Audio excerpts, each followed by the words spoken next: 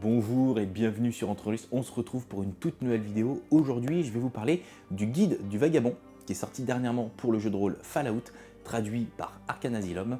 Avant de le feuilleter et de vous présenter l'intégralité de son contenu, moi je tenais vraiment à vous remercier parce que vous êtes de plus en plus nombreux à nous avoir rejoints sur la chaîne YouTube et ça, vraiment un grand merci.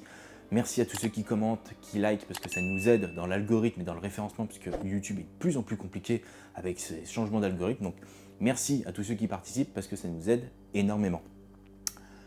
Dans le jeu Fallout, que je vous ai présenté dernièrement, je vous mets la vidéo un peu plus haut, vous avez pas mal de choses déjà. Dans le guide du vagabond, vous allez avoir des nouvelles options pour la création de vos personnages. Vous allez avoir des règles approfondies qui finalement vont un peu plus loin que ce qu'il y a dans le livre de base et dans le supplément pour le maître de jeu sur la partie fouille, avec des zones qui vont être à disposition pour finalement les intégrer directement dans vos scénarios ou dans vos campagnes. Vous allez avoir de nouvelles aptitudes, vous allez avoir de nouveaux équipements, vous allez avoir un bestiaire très complet, et dans ce bestiaire, vous allez même avoir des règles vous permettant de créer des créatures légendaires ou des personnages majeurs. Donc, un supplément qui se veut complet, on va le feuilleter ensemble, et je vais vous donner mon avis à la fin sur est-ce que oui ou non, ça vaut le coup de le prendre, est-ce qu'il est nécessaire, est-ce qu'il est indispensable, ou est-ce qu'il est clairement à passer. A tout de suite, on feuillete ça, et je vous retrouve à la fin pour mon avis final. Donc on se retrouve pour le feuilletage complet du guide du vagabond, donc un supplément au prix de 45 € chez Arcane Asylum, et vous allez retrouver à l'intérieur pas mal de choses, vous allez vous en rendre compte très vite. Vous allez avoir donc dans la table des matières un petit résumé de tout ce que vous allez retrouver. Donc les personnages vagabonds, c'est ce que je vous disais en introduction avec les différentes origines. Les parties règles avec la fouille, les différents ajustements qui ont été apportés pour plus de facilité et les différents lieux que vous allez pouvoir intégrer. Les nouvelles aptitudes, donc vous avez plusieurs pages d'aptitudes, on va pouvoir regarder ça ensemble. Les nouveaux équipements qui sont à disposition et la partie bestiaire. Toujours dans la gamme Fallout, vous avez de très belles illustrations pour justement illustrer vos parties. Donc ça, c'est un gros plus que vous pouvez mettre sur la table auprès de vos joueurs. Vous allez avoir un petit contexte, vagabonder dans les terres désolées, toujours pareil. C'est un paysage finalement radioactif, complètement détruit. Pour ceux qui ont besoin d'un peu plus de visuel, je vous encourage à regarder la série Fallout qui est incroyable. Donc allez-y parce que vous allez avoir énormément de contenu supplémentaire. Et là, vous avez un résumé de tout ce que vous allez voir dans l'ouvrage. On va commencer donc directement par les personnages vagabonds. Donc en nouvelles origines, vous allez avoir un Lazerotron. Donc vous allez avoir un robot qui finalement est donc immunisé contre la maladie. Vous allez avoir des équipements qui va aller avec. Donc en haut vous allez avoir soit les pinces, soit le laser céphalique de Lazerotron ou l'autodestruction. Voilà les armes de votre personnage. Et les effets que vous allez avoir avec. Donc là, si on prend l'exemple des pinces, vous portez vos attaques à main nue avec une paire de pinces opposables actionnées par des chaînes. Elles infligent 4 de dégâts balistiques et peuvent bénéficier de votre statistique dérivée de dégâts au corps à corps. Donc vous avez tout le descriptif, en tout cas différent pour chaque personnage, en tout cas chaque origine. Là, vous avez le dissident de la confrérie avec un petit trait qui vous explique pourquoi. Finalement, vous pouvez prendre ce joueur-là. En gros, vous croyez en vos supérieurs de la confrérie qui manquent de vision en dehors de la quête de technologie. Et finalement, à un moment donné, vous vous rebellez et vous décidez de partir fouiller vous-même pour récupérer différents éléments. Les enfants d'atomes, donc là pour ceux qui ont le livre, les suppléments d'atomes, vous allez avoir un peu plus d'éléments pour créer votre personnage qui finalement sortirait de cette secte qui a peut-être été libéré par vos joueurs, donc ça vous permettra d'avoir un personnage issu de cette origine. Donc là vous allez pouvoir créer un nocturne. Les nocturnes, c'est quoi? C'est finalement une incarnation de super mutant qui finalement avait été modifié et amélioré pour créer des super soldats, j'allais dire. Et finalement vous êtes dépendant au Steel Boy, donc en gros vous allez être très fort, force et endurance qui augmentent de 2, de votre valeur maximale de ces attributs, donc portée à 12. En revanche, votre intelligence et votre charisme ne peuvent jamais être supérieurs à 8. Donc vous allez avoir un personnage très fort, mais pas forcément très fut-fut. Enfin après, c'est un super soldat, c'est un super mutant, donc forcément, c'est pas ce qu'on leur demandait au moment où on a voulu les concevoir. Vous allez avoir également Les membres de tribu, donc là c'est des personnes qui finalement ne sont pas forcément avec des identités propres culturelles, c'est-à-dire qui sont nés dans les terres désolées, en tout cas ils vivent là depuis un moment, et vous allez avoir différents habitants de tribus, donc ça va être à vous aussi de décider. Donc là vous avez différents traits, soit terre, mer désolée, un nomade, rite de passage, outil de l'ancien monde ou l'élu. Ça vous permettra finalement de savoir quel est le trait qu'il va prendre avec son bénéfice et son revers. Si je prends l'exemple du nomade, vous allez relancer un D20 lors de vos tests de survie pour voyager, monter le camp ou vous ravitailler en eau, en nourriture, dans la nature. Et finalement le revers, ça peut être le test de troc et de discours voit leur difficulté, leur marge de complication augmenter de 1 lorsque vous traitez avec des habitants d'une colonie sédentaire. La compétence science ne peut pas être un atout personnel. Donc ça va permettre en fait d'avoir des personnages autour de la table qui vont avoir finalement un peu plus de vécu en terre désolée, avec finalement les tenants, les aboutissants, les avantages, les inconvénients d'être dans ces terres-là, un peu comme ce que vous avez pu voir dans le jeu vidéo ou dans la série, où finalement, ok, ça a des avantages d'être là depuis un moment, mais pas toujours, et là vous en avez un bel exemple. Ensuite, vous allez avoir vos équipements à disposition, donc là c'est pour le Laserotron, le dissident de la confrérie, l'enfant d'atome, le nocturne et le membre de la tribu. Donc ça vous fait quand même pas mal de suppléments pour créer votre personnage, pour créer vos équipements qui se complètent très bien avec le livre de base. Donc clairement, si vous avez envie de créer justement un personnage Laserotron ou un dissident de la confrérie, bien évidemment ce livre va être plus que nécessaire parce que tout est à disposition dans cet ouvrage. Donc là, on arrive sur la partie 2 de l'ouvrage, sur la partie fouille avec les légers ajustements de règles. C'est plus des ajustements pour laisser un peu plus de souplesse au MJ que des gros changements.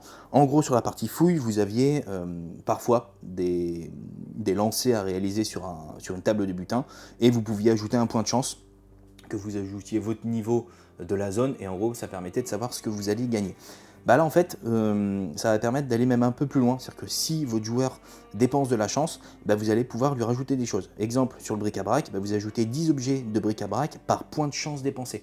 C'est-à-dire que l'idée, c'est aussi de valoriser le fait que tu as utilisé une ressource, qui est donc ton point de chance, qui est quand même assez importante, de dire voilà, moi je le valorise en récompensant un peu plus, soit avec du bric-à-brac, les armures, finalement vous allez ajouter un mode à l'objet trouvé par point de chance dépensé. Pour la drogue, la nourriture et les boissons, le type de personnage trouve donc 1 plus 1 dé de combat, objet supplémentaire sur ce type de point de chance. Ça va permettre finalement de valoriser vraiment le fait que tu utilises de la chance pour faire ta fouille, et je vais valoriser, parce que finalement c'est quand même une ressource qui est hyper importante, pour que tu aies un objet un peu plus important en fonction de ce que tu trouves. Voilà.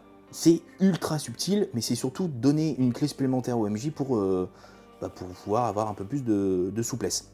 Bien évidemment, vous faites comme vous le souhaitez.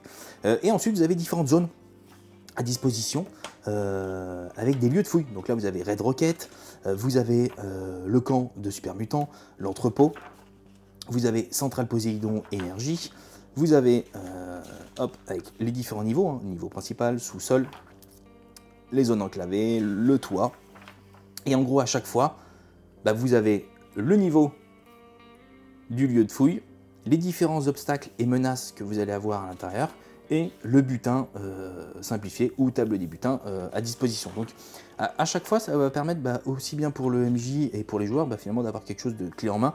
Le MJ, il tire, allez hop, quartier résidentiel, alors quels sont les obstacles et les menaces qu'ils vont trouver là-dedans, les zones enclavées, et finalement, hop, le butin avec la table des butins s'il y a des lancers à réaliser. Donc c'est une petite section qui est sympa, parce que ça permet au MJ d'avoir quelque chose facilement déployable en fonction de ce que les joueurs vont réaliser. Donc c'est plutôt cool.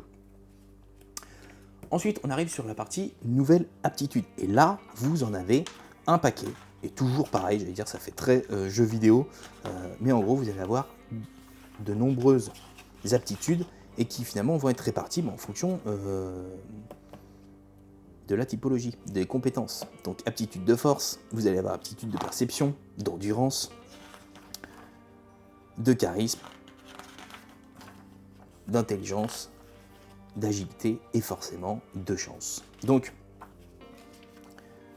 si on en prend 2-3 en exemple, elles sont toujours bien faites, je trouve. Incisif, finalement, incisif disponible au rang 2.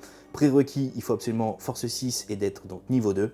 Lorsque vous maniez une arme de corps à corps, cette dernière gagne l'effet de dégâts perforant 1 ou ajoute plus 1 à la valeur de l'effet perforant si elle en est déjà dotée. Au rang 2, l'effet perforant passe à 2 et augmente de plus 2 si l'arme en est déjà dotée. Chaque fois que vous sélectionnez cette aptitude, le niveau requis augmente de 9 et ainsi de suite. Donc, pareil, ça va permettre, je trouve, de mieux personnaliser son personnage, de vraiment le faire évoluer comme dans n'importe quel RPG que vous pouvez avoir sur console ou sur un jeu vidéo, pour que justement vos joueurs puissent vraiment personnaliser son personnage dans les Terres Désolées en fonction des différents niveaux qu'il va prendre. Donc c'est un petit rajout qui est sympa, vous voyez, il y a 4-5 pages, mais c'est toujours ça de prix et ça permet de compléter vraiment le jeu encore plus que ce qu'il ne l'est déjà.